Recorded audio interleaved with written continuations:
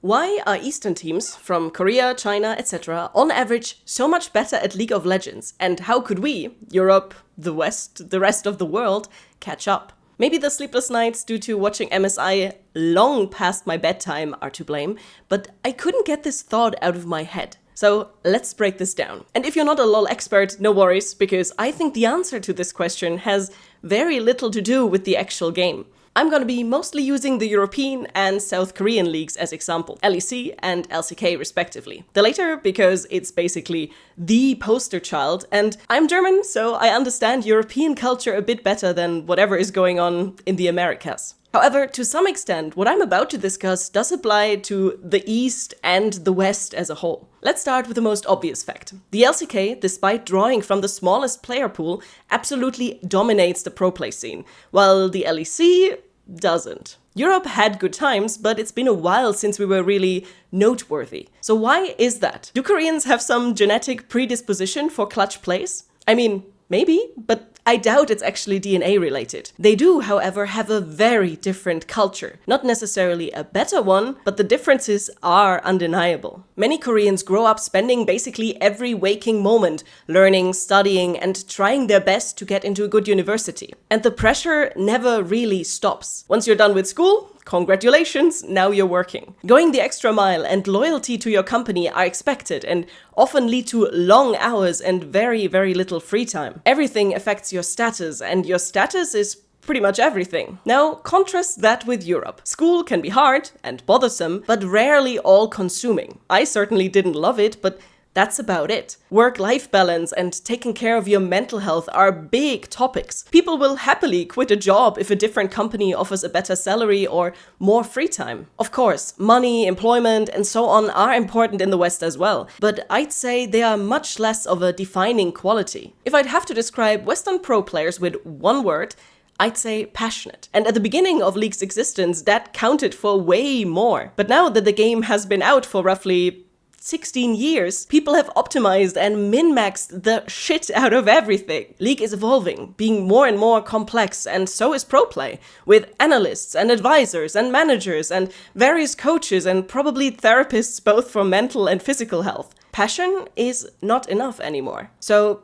is that it? Did I find the answer? Does the East just have a better work ethic and that's why they're crushing it? Partially, I'd say, but the cultural divide doesn't stop at that. Because you can have the best work ethic, if your surroundings aren't right, you'll not get anywhere. So let me ask you a question, just hypothetically. If you tell your family or friends that you'll become a pro gamer, how do you think they would react? The question whether you're good enough for that aside, video game related jobs are not exactly 100% accepted yet. As someone that started out in game development, then joined the dark side of gaming journalism, I can definitely attest to that. In South Korea, gaming is deeply ingrained into society, with people treating it not only as a beloved social activity, but also as respectable sport and, yes, a career path. This unusual phenomenon is fueled by the popularity of so-called PC banks, aka gaming cafes, the widespread availability of high-speed internet, and the basically omnipresent competitive spirit. It does make sense that after a truly grueling day at work or school,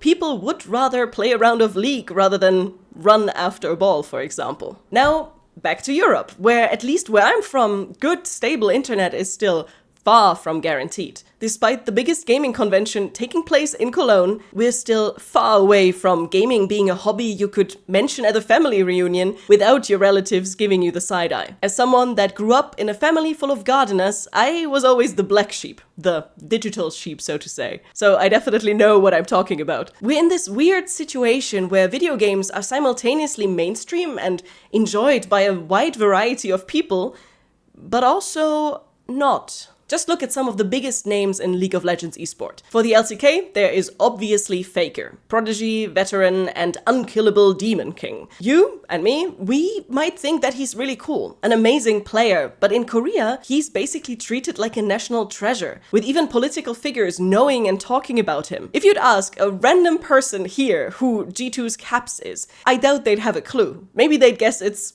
a new Pokemon. I could totally see my mom do that, for example. And this is actually the perfect segue to my next point, idolization. And I'm not only referring to the fact that fans idolize their favorite players. It's also the concept of idols, which typically describes musicians who are meticulously trained and marketed by gigantic agencies. Even if you live under a rock, you've probably have at least heard of BTS, Blackpink, or New Jeans. Idols train hard and for years and often live under horrible conditions just for a chance at stardom. If they make it, their image is carefully curated with a strong focus on fan engagement and happiness. But why am I talking about K-pop in a video about esport? Well, because in Korea, the overlap between esports athletes and idols is big. Cinematics to hype up a new season are stylish, epic, and shot in a way to make all the players look their absolute best. Almost every line during interviews and even trash talk sounds rehearsed and PR approved, sanitized if you want to see it that way. They are thanking their fans at any given moment, assuring them that they'll do their best. Wins don't get celebrated loudly, but often with small smiles and then a lot of flair for the camera. Humble winners accepting defeat with grace and just the right amount of charm. A perfect performance on stage, during their streams, and on social media. It sounds tiring, to be honest, but it works. LCK teams have a lot of fans all around the world. But the craziest thing to me is that, unlike here in the West, the majority of them are actually female. There is a pretty untapped market here. And the organizations are aware of this audience that is interested in so much more besides just league gameplay. Players become the faces of big brands like this lip mask campaign featuring T1, presenting monsters on the Rift as pastelly boys next door. And that stuff sells! Do I think European teams would suddenly win worlds if they'd start streaming more, star in commercials and editorial photo shoots and have cute merchandise? No, obviously not. Many Western fans lean more almost hooligan, loud and energetic, and they treat esports athletes like athletes, football players, rather than idols. Just look at Carmine Corp, for example. The young team is admired for their achievements,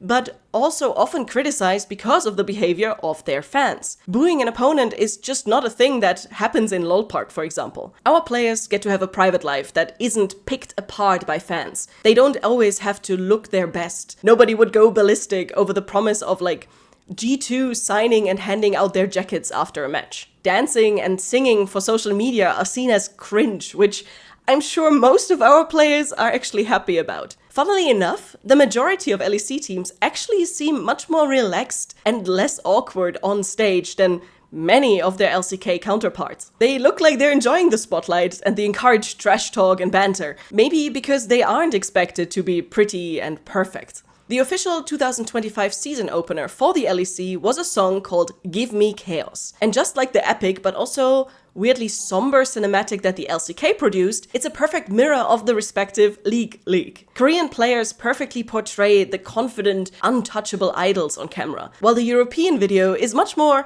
humorous and down to earth and pretty damn entertaining. Seriously.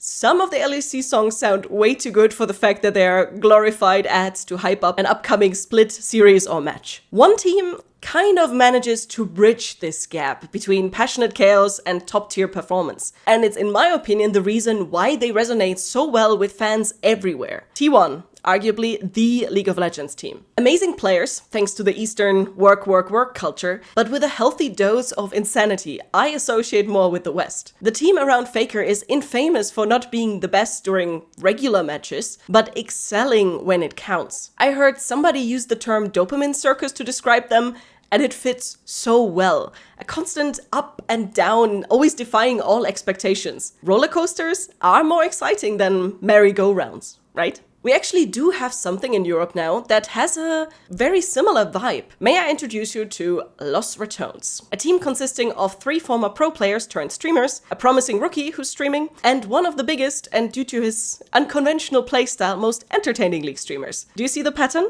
Oh, and let's not forget the founder and coach, Kadrill, who, surprise, surprise, is also streaming. He's arguably the League of Legends streamer. So what makes me put them in the same category as T1? They share this mix of great gamers but also insanely strong personalities, and they're leaning into that both inside and outside of the game, streaming scrims and matches, interacting with fans, and being overall way more present than other Western teams or players. And people are eating it up. Hell, I'm one of those people that finds them immensely enjoyable. I'm aware that many fans of League of Legends esport don't want out-of-game idolization of players. They are supposed to play well, and that's it. The boy band character of T1, for example, gets criticized all the time. But I personally do think that we should find a way to open this world up to more people. I wouldn't call Los Ratones idols, but it is something like idol culture light. Their fans have a name and a variety of characters to cheer for and rally behind. Streams and content in general full of personality. Even a light stick and a mascot available as plushies and cute hats, and it seems to work. So, to sum it up, a crazy work ethic, gaming being mainstream, and idol culture. These three things combined create the perfect breeding ground for the LCK to be on top of the League world. But now that I cracked the code, one question remains.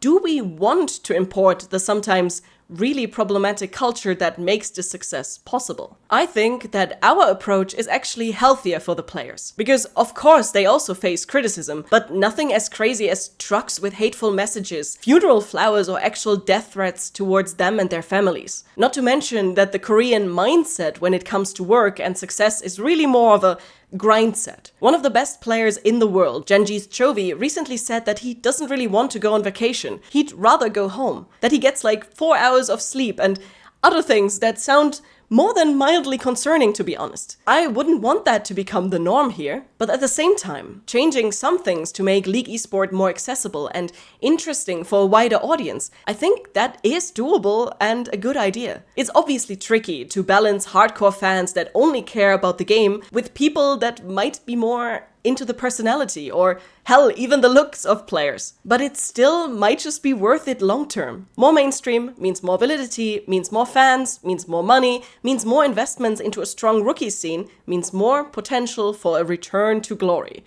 And wouldn't that be something? What do you think? Could the West adopt some of the good Eastern ideas? Or would the cultures simply clash too hard?